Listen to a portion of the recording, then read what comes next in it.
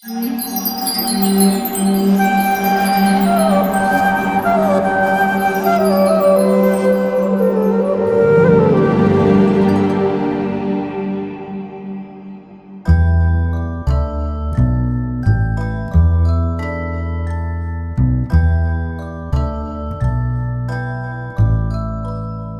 unmanifested realization is against the nature of the spiritual blissful self.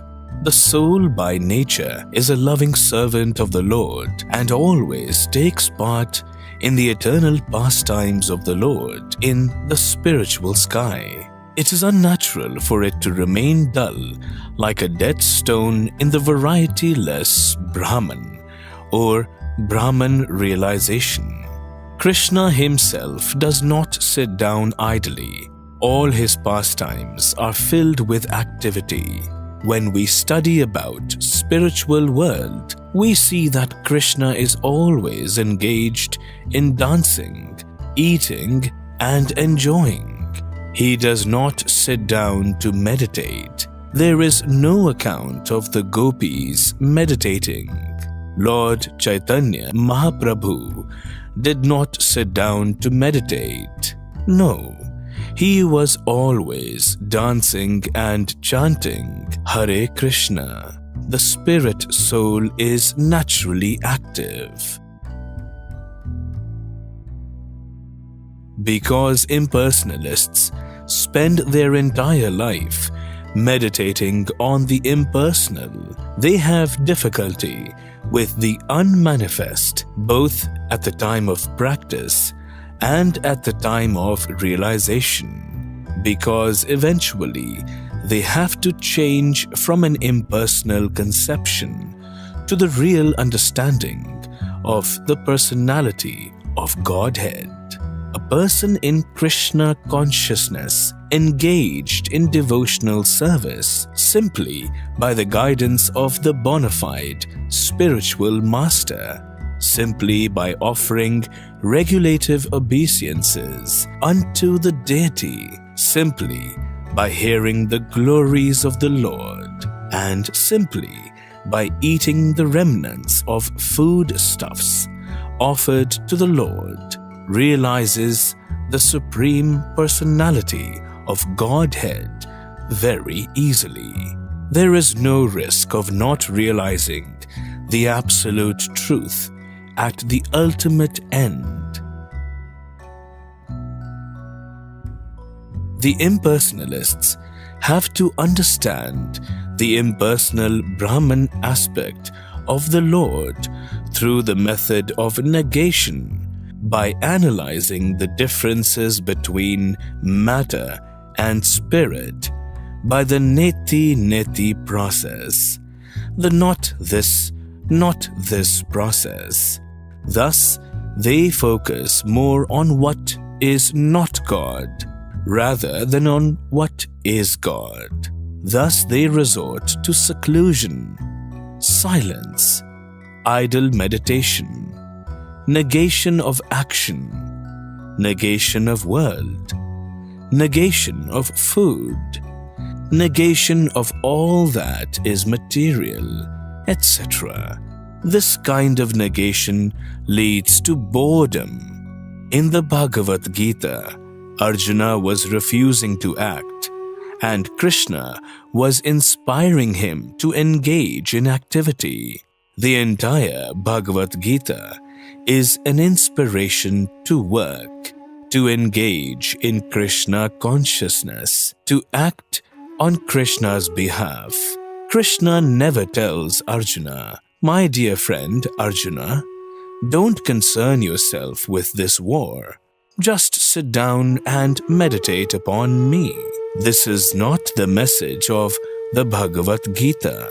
We are not to refrain from all activity, but only from those activities that impede our consciousness of Krishna. Meditation means stopping all nonsensical activity. Those who are advanced in Krishna consciousness are constantly working for Krishna. Bhakti Yoga gives positive engagement in the Lord's service, thus nullifying all the mischievous negative tendencies. In Bhakti Yoga, all the senses, namely the eyes, ears, mouth, hands, legs, etc., have full engagement through seeing the Lord's deity, hearing Krishna Katha, singing devotional music, dancing for the Lord's pleasure, etc. Thus, one loses all propensity for sin by engaging in the Lord's service in this way. There are many learned sages, philosophers, and transcendentalists who try to conquer the senses. But in spite of their endeavors, even the greatest of them sometimes fall victim to material sense enjoyment due to the agitated mind. Even Vishwamitra, a great sage and perfect yogi, was distracted by Menaka. Although the yogi was endeavoring for sense control with severe types of penance and yoga practice, it is very difficult to control the mind and senses without being fully Krishna conscious. Krishna consciousness is such a transcendently nice thing that automatically material enjoyment becomes distasteful. It is as if a hungry man had satisfied his hunger by a sufficient quantity of nutritious eatables. In comparison to Vishwamitra's story, Haridas Thakur's story is very inspiring. When Haridas Thakur was a young devotee of the Lord, he was allured by the incarnation of Maya Devi.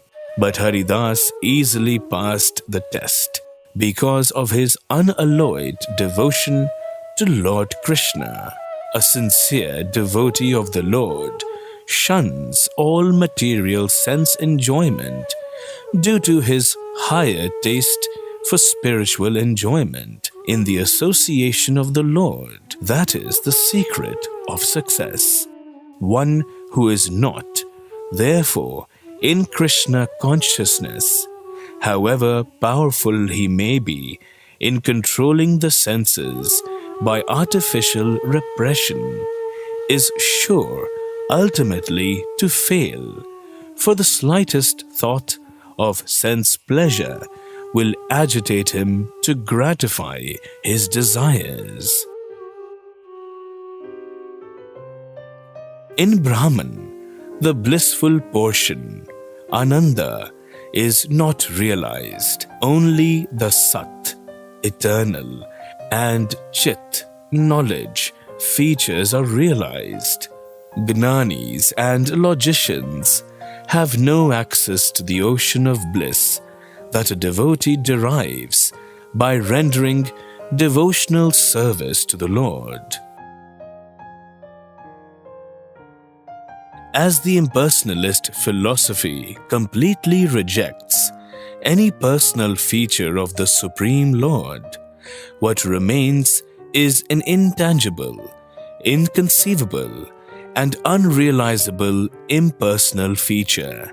If God does not have a form, then for all practical purposes, commonsensically, we cannot have any relationship with Him and consequently cease to even acknowledge Him gradually. Therefore, impersonalism eventually leads to atheism. Krishna is endowed with all opulences, transcendental qualities, and mystic powers. No ordinary living being can compare to him, but the Mayavad philosophy falsely propagates the theory that the super soul and the individual soul are equal. It teaches that when the individual soul becomes freed from entanglement and becomes liberated, then the individual soul becomes one with God. The actual conclusion of the scriptures is that Krishna is worshipable and that all other living entities are simply his servants. Any other realization of oneself beyond this relationship of eternal servitorship to Krishna is impelled by Maya. Even a great personality like Brahma, endowed with several qualifications, like being the first created living being, direct son of the Lord, invested with potency to create different grades of living entities, eternally related with the Lord in the transcendental humor of friendship, etc., is still conscious of his position, that he is neither the Supreme Lord nor supremely powerful. It is possible that some extremely powerful personality within or outside the universe may sometimes show more power than the Lord himself. Still, the pure devotee knows that this power is an opulence delegated by the Lord, and such a delegated, powerful living entity is never independent. For example, the great Hanuman crossed the Indian Ocean by jumping over the sea, and Lord Ramachandra engaged himself in marching over the bridge. But this does not mean that Hanuman was more powerful than the Lord. Sometimes the Lord gives extraordinary powers to his devotee to glorify his devotee. But the devotee knows always that the power belongs to the personality of Godhead and that the devotee is only an instrument. Thus, for every individual living entity, the process of Krishna consciousness, which entails full surrender through engagement in devotional service, is the best way for achieving the ultimate perfection.